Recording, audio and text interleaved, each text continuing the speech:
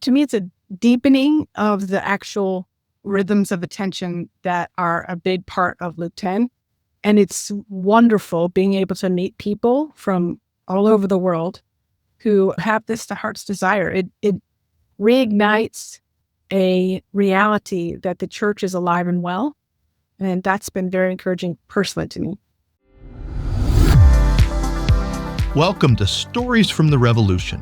I'm your host, John White, and the co-founder of LK10.com. On this podcast, we share real-life stories from the front lines of the relational revolution, where people all over the world are rediscovering a simple, relational way of living out church, just as Jesus intended. If you're a current or former church leader who's felt restless or wounded in traditional church settings, or if you're longing for deeper community, deeper leadership, and deeper joy, you're in the right place. Let's dive in.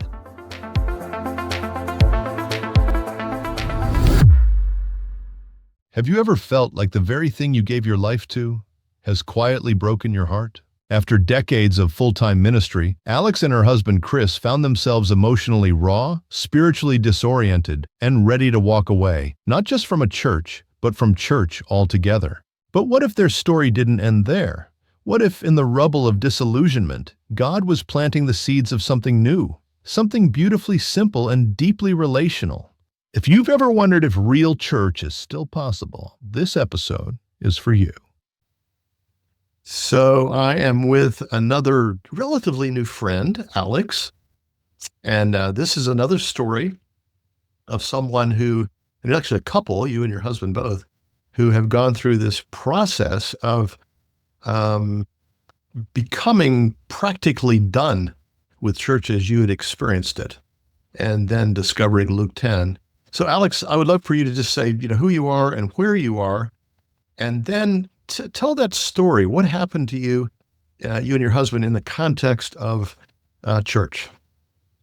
So I'm Alex Liotta, and I'm in Bryan, Texas. And my husband and I have been full-time career pastors for 25 years or more. And a few years back, we'd gotten to a place of just raw disillusionment. And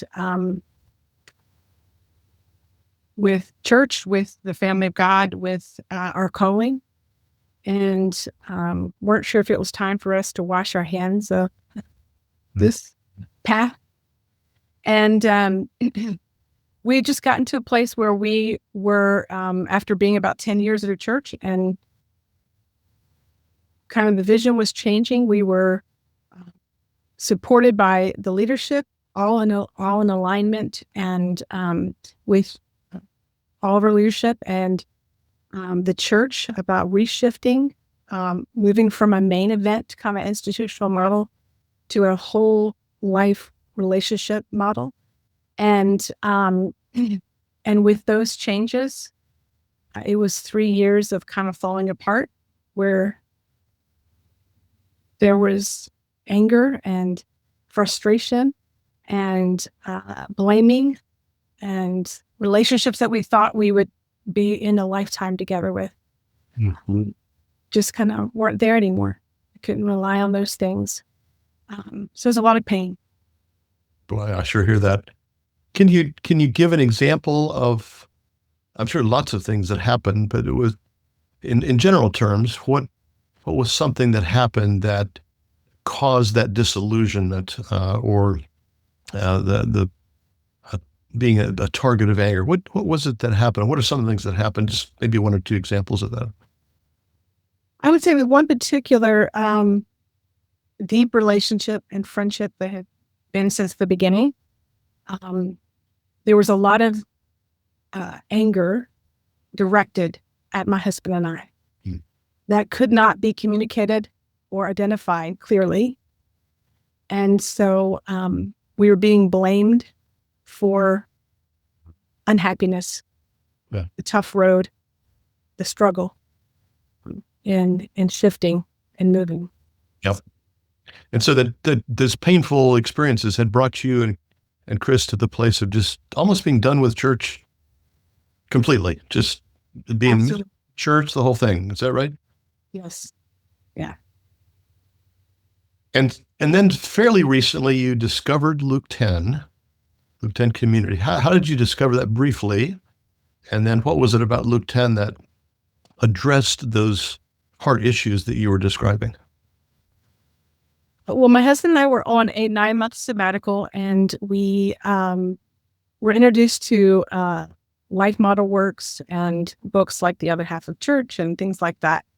And it really resonated with us, the relational aspect of it. And so there are different organizations that are kind of connected and friends. And we went down a few of those pathways. But I still wasn't finding a practical way of interacting relationally. And it was very good clinical information about how our brains work, how relationships are healthy, attachments. But I was looking for a more felt experience that could be easily communicated and experienced within a group of people. And that's what led me to Luke 10. I found those things in Luke 10.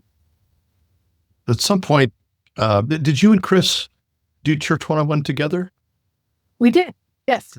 So at some point, you signed up for the Church 101 course, 6-week course, which is kind of the front door to Luke 10. And what was it about? And that's a six-week online Zoom call experience. What was it about that convinced you that this is the practical working out of these things that we've been looking for? It was the immediate connection we had within the group. Our first meeting, we connected well with the facilitator. There were some similarities in our stories and experiences. And then the entire group, we instantly went there with the track to run on that's provided within that information, and just the easy, light ways in which we could practice the skills. And this meant a lot to both of us, just within that group, and then as that's continued to grow. So, and that's a story that we hear over and over again. As people are in Church 101, often, I assume you were in a group that probably you didn't know some of the people there, right? Total strangers. And just by practicing some of these, we call them rhythms of attention, very simple. It's amazing how much there's a heart connection that develops so quickly. And we see it happen over and over again. So you did Church 101, and then from there, you signed up for Leader Team. And you have a great facilitator of your Leader Team, I know. Happens to be me. But it's been great to get to know you in that context, and just to see the interaction between you and the others. So wonderful to see that. And then you've taken the next step to sign up for facilitator training. Do you want to say, you're just beginning that, sort of in the early stages of that. Anything you'd like to say that you've learned or has been helpful about facilitator training? To me, it's a deepening of the actual rhythms of attention that are a big part of Luke 10. And it's wonderful being able to meet people from all over the world who have this to heart's desire. It reignites a reality that the church is alive and well. And that's been very encouraging personally to me. Great. Last question. People that are watching this, if they are dones, if they either have left the church or they're thinking about leaving traditional church, anything you'd like to say to that person? Putting you on the spot here. That's okay. It's okay to be done in certain contexts. But he never leaves nor forsakes us. So in that truth and reality, he'll guide us and direct us. Beautiful. Alex, thank you so much for sharing your story. I really appreciate it. Thank you. Alex's story is all too familiar and all too important.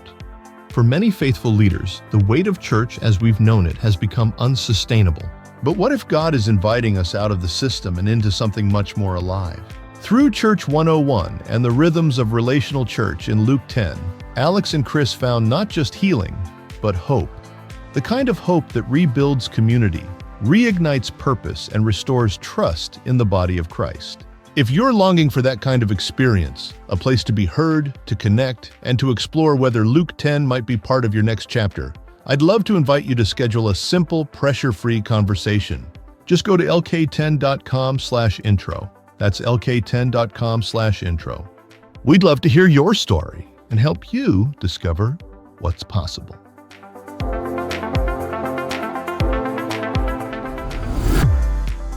Thanks for joining me today on Stories from the Revolution. If today's conversation stirred something in you, would you please consider passing it along to someone who needs to hear it? Just tap that share button and send it their way by text, email, or social. Until next time, keep listening, keep loving, and keep leading like Jesus.